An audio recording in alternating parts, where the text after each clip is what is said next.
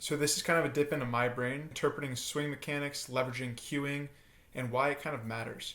So through this, we're chasing clarity. We're trying to validate all of the things that we're teaching or trying to chase as a player. Swing metrics are telling us what the body actually did rather than what we think it did. Cues, adjustments, and drills can create measurable change, and we want to prove what that change was. So the most important thing is that we're always trying to make a change that's going to lead to more productive hitting outcomes. More line drives, more contact, more hard contact, things of that sort. Metrics are validating the instruction. They're helping us separate feel and real, and also guiding the communication between the two and allowing us to attach them together. Now, internal cueing versus external cueing. Internal cues are focusing on the body. Rotate faster, keep my hands inside the ball. External cues are focusing on the environment or the task. Hit through the L screen, hit through the ball, launch it over the shortstop. This matters because just changing one word or the way that we're thinking can completely change the outcome of the swing and the metrics that go with it. For example, swing as fast as you can. The hitter's aggressive, rotating fast, athletic, bat speed's way up, but they're missing the ball. Versus if we said something like, hit the ball as hard as you can, that hitter's still focusing on hitting the ball, and just that one word can change the way that their swing is moving through space. When we focus too much on the internal, we can get locked up and we're taking attention and focus away from the task at hand, which is to hit the ball hard in the air, preferably to the pull side. To know if this change is effective, we need to make sure what was changed, the cue, the drill, the focus, why it was changed, what's the goal, how it was implemented, what we did, and then did it increase the productivity, what we were looking for it to increase, exit velocity, hard hit percentage, barrel percentage. I try to avoid talking about looking good as much as I can. A common term nowadays in 2025 is hitting coaches talking about clean moves, smooth moves. To me, this is deceptive. Two players can look very different but produce the same elite results. A common example I think of is Hunter Pence. He was unorthodox, high tension, but an elite producer. Juan Soto is another one. If you walked into a cage and saw this guy super wide, spread out, low to the ground, and his bat kind of dumps behind him and drags across the zone, hitting coaches would be all over it. They'd tell him all the things that he needed to change. Then when I told you he was making $700 million and he was the best hitter in the major leagues, everybody would just talk about how long he was through the zone and how athletic and stable he looked. So I try to avoid that subjective as much as I possibly can. So the issue with video is that it's two-dimensional. Real movement's going to be 3D or 4D. There's time, there's force going to the ground, there's reactions happening. Our role is to connect those mental cues with the physical outcomes. For example, you tell a hitter to swing over this ball. Their attack angle drops from 5 to 0 because they're trying to get on top of it. So now we know when we tell a hitter to do that, his swing is actually leveling out. Remember, contact point and attack angle are closely correlated. So when we do tell him that, maybe his contact point is just moving further back as well. There's always context. There's never a one-to-one correlation in baseball, so we need to keep that in mind when we're making these changes and we're seeing different results. We have to ask ourselves, why is this happening? And there's always a reason. In my opinion, a hitter is looking for tension and natural movements. When they find end range, that's when they're going to go, and everybody's end range is going to differ. So everybody's getting to the same general location, and watching on video, it certainly seems that way. But when you take it into three-dimensional, four-dimensional space, and including what they're actually thinking, you're getting a totally different outcome. A hitter is going to move the way that the hitter wants to move. So what I look for when I'm looking at a hitter is abrupt, aggressive movements. If a hitter starts with his hands up, and then right as he's about to go swing, he drops his hands down, I would say that the hitter wants to be in a lower position. Knowing what I know about movement biases, if he's starting with a flat bat and then barrel tipping into more of a stacked position, I know that he's trying to pull into his scap and leverage his hands a little bit more. That's just the way that the hitter moves. And hitters can have success both ways. So in my opinion, we want to cater towards the way that the hitter is naturally moving so we can get all the mechanics and technique out of the way and just focus on the outcomes, the external thoughts. How am I going to hit this slider when he's got a 95-mile-per-hour sinker to go with it that's dipping into the other box? So a good example of this is vertical bat angle or tilt on Baseball Savant. The middle ground is right around negative 35, but it ranges from negative 25 to negative 45. So the angle of the bat relative to the ground. Now this is important because talking to hitters, it's always like, hey, you had a negative 25 vertical bat angle on that or tilt. And they say, is that a bad thing? And it's like, no, that's just the way you swing. You swing a little bit flatter. You're going to hit fastballs at the top of the zone much better. You're going to struggle against breaking balls down. That's just the type of hitter that you are. Now, could you change that movement? Could you change the vertical bat angle? Yes, I've seen it done before. I've seen it positively impact hitters. I've seen it negatively impact hitters. The reason why I try to avoid it as much as possible is because you don't know the outcome that you're going to get. You're kind of guessing. And if it results in something positive, great, let's run with it. But it needs to be deliberate. We need to know what we're trying to accomplish and why. Is it to get the ball in the air more? Is it to hit the ball harder? What is coming with that change in path? So what we want to do is combine objective metrics, subjective feedback, cue mapping, tracking how thoughts are influencing movement, and think about systems. Think about big picture as opposed to just giving your opinion on one swing. Remember, the same way that you never step in the same river twice in a game, very similar concept goes for the cage. You're never flipping the ball the same. It's always going to vary just a little bit. Timing is going to be different. Attitude is going to be different. Intent can be different. That's all going to affect what we're looking at. So I wanted to revisit batted ball feedbacks because the ball is going to be the one thing that we can get feedback from every time, even if there's no video. Every swing is going to produce feedback through spin, flight, and direction. Remember, open face is going to be the flares to the opposite field. Closed face is going to be the snap hooks down the line. Now, if we have that perfect middle ground with a neutral face, we may get backspin through the middle of the fields, the ideal ball flight that we're looking for. But we want to be careful labeling these things good or bad. It's all just feedback for us to take in and digest. And we have to remember there's some hitters that can overcome these and compensate in other ways. Aaron Judge is snap hooking balls down the line. And that might be a bad example because Aaron Judge is 6'7" and physically bigger than everybody else, but there's other hitters as well. Ultimately, we want to help the hitter understand why it's happening, where they're going to be successful naturally, and where they're going to struggle more naturally. Then we can build their approach around that reality. The way that I like to look at it is if you're putting into one bucket, it means you're taking from another. So we fix that snap hooking down the pull side line, and then the hitter starts to flare the ball the other way more. The environment can create a ton of context that we may not always think of. Distance and flight are about wind, temperature, altitude, air density. That's why hitters at Coors Field in Colorado are much more successful than they are at T-Mobile Park in Seattle. That's why we want to use normalized metrics like exit velocity, how hard the ball was struck. That's constant everywhere. And then xWOBA is going to predict the true value of contact independent of the park or the conditions.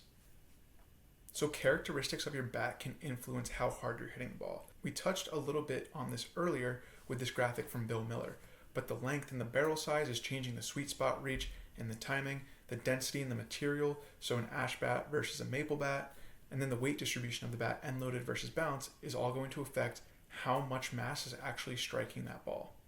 For younger, less advanced players, the priority is still going to be contact quality and approach consistency. I wouldn't say this is necessarily moving the needle for anybody at that age, but for anybody looking for an edge, this is definitely going to provide a small one.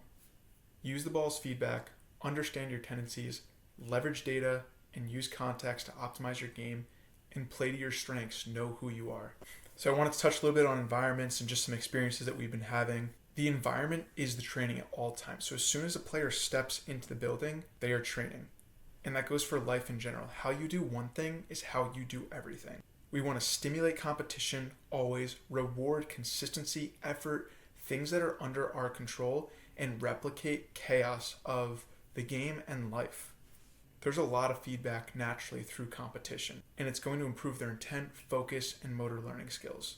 Some fun games that we've seen to warm up baseball players is spike ball, tag. This is going to elevate their heart rate, stimulate the central nervous system, and create early engagement. You can layer this by adding in mini contests. If you get 10 wins, you get a free smoothie or a protein bar, something simple. These real rewards just for showing up consistently and giving a good effort are going to make players want to train more. When we're in the cage, we try to avoid mindless swings as much as we possibly can. Now we're going to pivot and talk about constants versus variables. We want to make constant things constant and variable things variable. You have broad variable and narrow variable. Narrow things are going to be things that are changing very, very slightly to each rep, which are your movement patterns, your contact point, the release point of the pitcher. Yes, it's changing from a tall righty to a submarine lefty, but those are at bat to at bat. So we want to give some consistency as opposed to, an example would be having two different machines. One's a tall leg, big hack machine, fastball, and then a lefty sweeper on back-to-back pitches. So before you start your session, just ask yourself, is this something that's changing in a broad variable way or a narrow variable. And this is all going to help us design the most realistic environments for our players.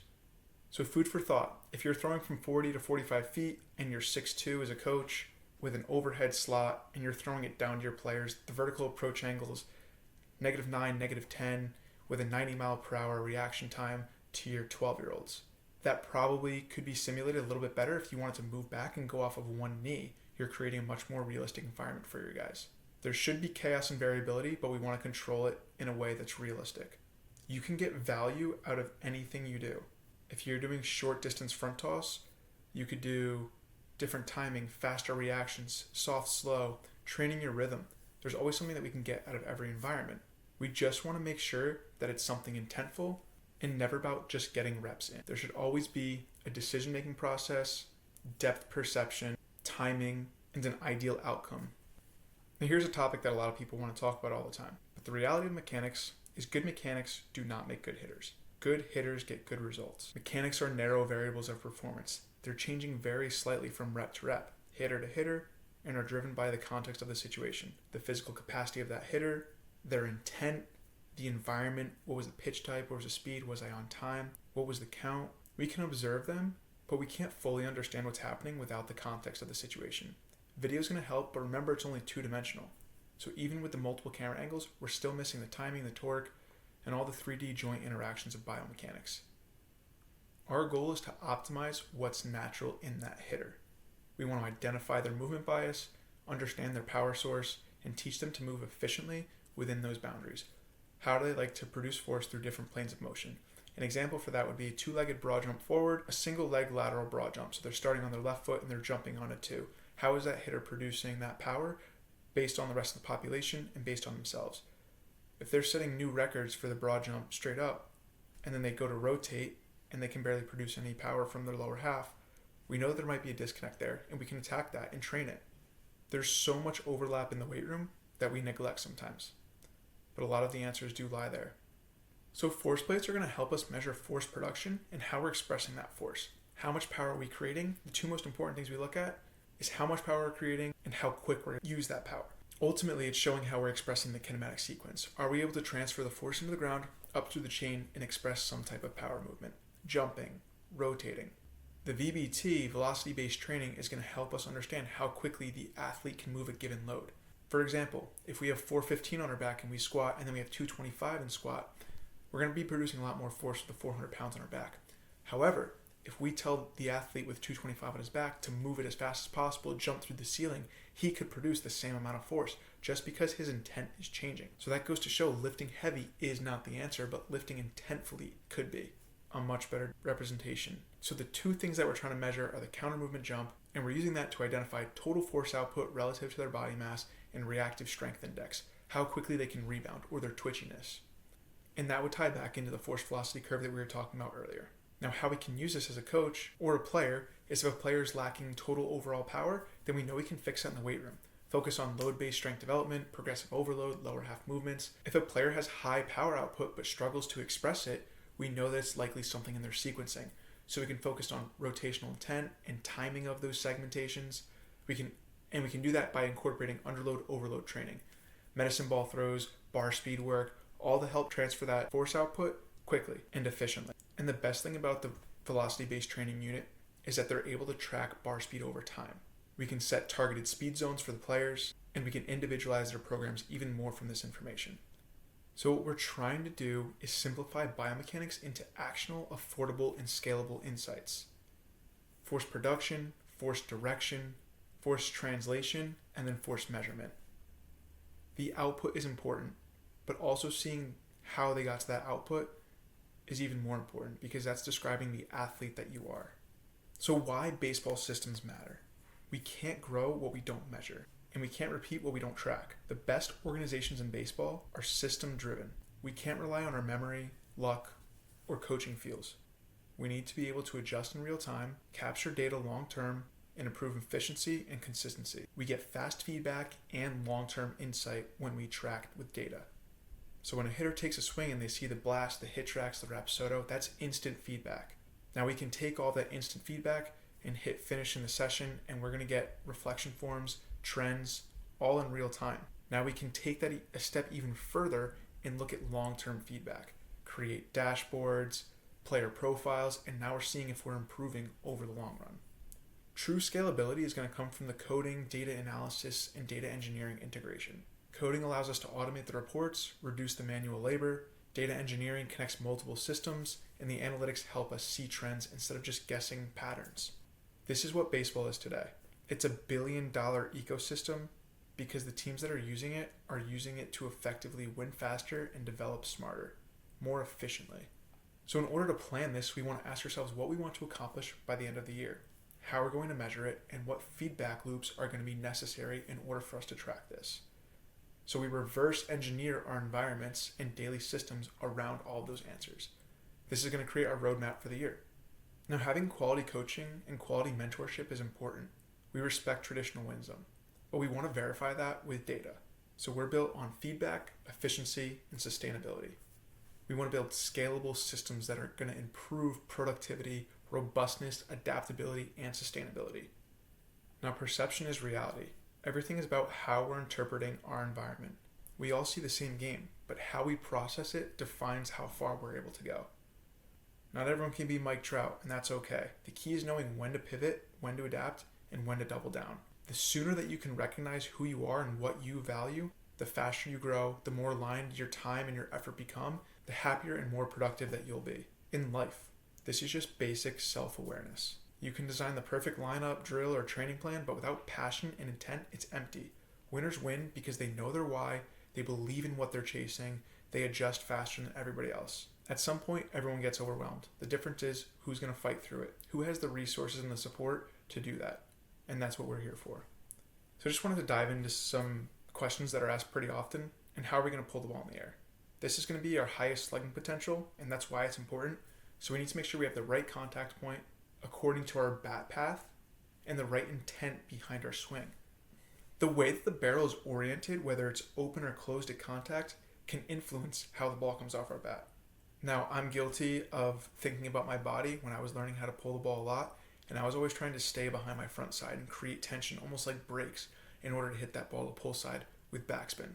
But I always thought about hitting the inside part of the ball. And for the longest time, I would just pop balls up to center field if they were on the inside part of the plate. So I feel your pain. And that's why I believe so strongly in this data. But this is where we can kind of translate into how posture is going to help determine our vertical bat angle, attack angles, or tilt. If we are somebody with a steep bat path, we tilt far over the plate, we're going to hit those lower pitches well, the curveballs well. If we're a guy that likes to stand up taller, and we really never get deep into that hinge with the upper half, we're going to have that flatter bat path.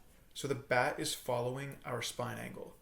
Now, I will defend that your spine angle and your movement are naturally you and your movement bias. And I think it's something that should be left untouched.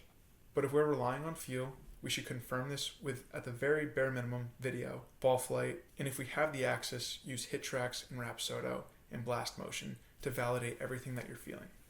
Guys with the steep vertical bat angles are like Aaron Judge, Shohei Ohtani. The guys with the flat bat paths, Juan Soto, Giancarlo Stanton, and you can usually see these guys pretty prominently. So we want to look at how those two players are different. How are both of them still some of the most productive players in the league with such different bat paths? Now, for all those players who are asking to play at the next level, my general advice would be to keep all doors open. Recruiting is networking. You always want to keep doors open and be respectful and professional to everybody. When evaluating schools, we want to ask, what's the baseball development? What's the academic culture like? How close is it to our family or support systems? Will I have opportunities to grow as a human, not only a baseball player? Remember, you're going to be living there for 2, 3, 4 years. So chasing a logo or division doesn't guarantee you happiness. Find the program that fits for you. At DHD, we want to help you understand what programs are realistic for you and your fit. We want to build development plans to get where you want to be and teach you how to communicate with coaches professionally. And we're going to be doing this through verified data-backed reports. And the same goes for coaches. Now remember that the college landscape is always changing. The transfer portal has only been a thing for 5 years. So we want to control what we can, our preparation, our habits, our body language, and our effort. Luck, timing, and connections are all piece of the puzzle, fortunately and unfortunately. But coaches are looking for reasons to cross you off, not to pick you. There's tons of players in high school right now who have just as much talent as players playing in professional baseball. So they go back just like normal people and start asking questions. Does he fit our culture? Can I trust him? Will he be healthy and available for us? The gap physically is much smaller than you think. That's why we're so confident that we can develop players physically. The mental part of the game is a whole nother realm, and we're excited to dive into it. We have to accept it and understand it the best we can. Focus on what we can control and take advantage of the resources that we have. Some things to consider in your decision: academic fit, athletic fit, financial fit, location, lifestyle, reputation, and opportunity. Ask yourself, does this environment help me become the person and the player that I want to be? Do I believe in this system at this school? What do I truly want from this experience? Do I want development, exposure, education? What kind of environment helps me become the best version of myself?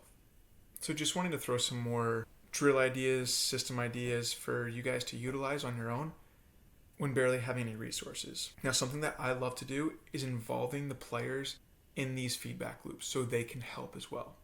It creates more engagement from all the players. And remember, we're always adding decision making into the process. So if you had two tees set up and one player standing on the other side of the net with a baseball, and they're throwing either a fastball with a full motion, throwing a fastball or a curveball, and you have a designated tee to swing based on each pitch that you're seeing come out of the hand. You can do slow toss, hard toss when you're doing underhand, the 3-plate drill. And if you are doing mixed pitch, I would have the players call pitches. So they're always thinking the game, they're learning the same way that they could at the plate or in the field as fielders. If they know that that pitcher is always going to throw an 0-2 fastball, they can adjust accordingly. And that's the process we're trying to get the hitters into. Now, something that's been touched on a little bit for a long time, but never big enough in my opinion, is eye tracking and gaze training. And why I'm growing interest in this on top of force plates and biomechanics is because we're able to quantify it, but it's not accessible to everybody yet. In general, the whole concept is that the smaller that your eye movements are, it's always going to be jumping around, but the smaller your movements are, the better you're going to be able to track the pitches. So we're practicing jumping from one point to another, and that's why depth perception is so important. That's why when we're hitting off the tee, we want to focus on moving from one target to another and still hitting that ball. Basically visual jumps. We can also add this into the effect of visualization, and that's something that's so important to us when we train in person.